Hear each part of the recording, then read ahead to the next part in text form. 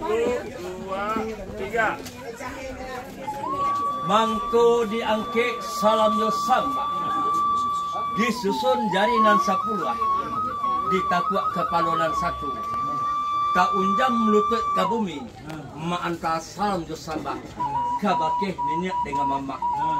Cukup cadia tahu pandai, dari kampung lalu karantau, kini diwarisi pulau.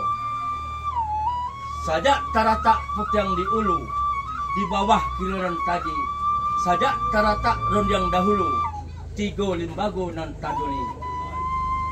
Nan pertama sambah menambah, nan kedua baso jo basi, dan ketiga sirih jo pinang. Sambah menyabah di dalam adat, tali batali undang-undang. Mulut manih tak lempong kato, budi bayak raso di bibia.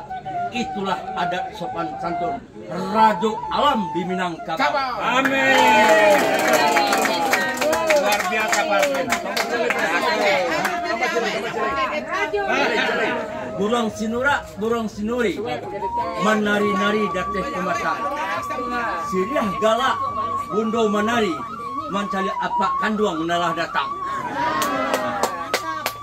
Saidang balang jo barabah, barabah lalu barabah mati. Saikua mati tak kulampai.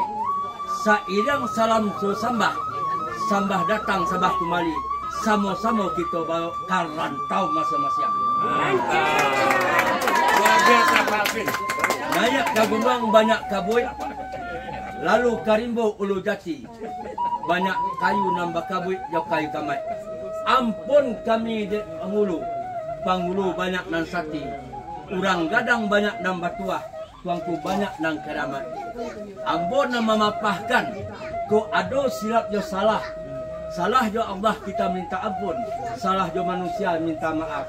Assalamualaikum warahmatullahi wabarakatuh. Waalaikumsalam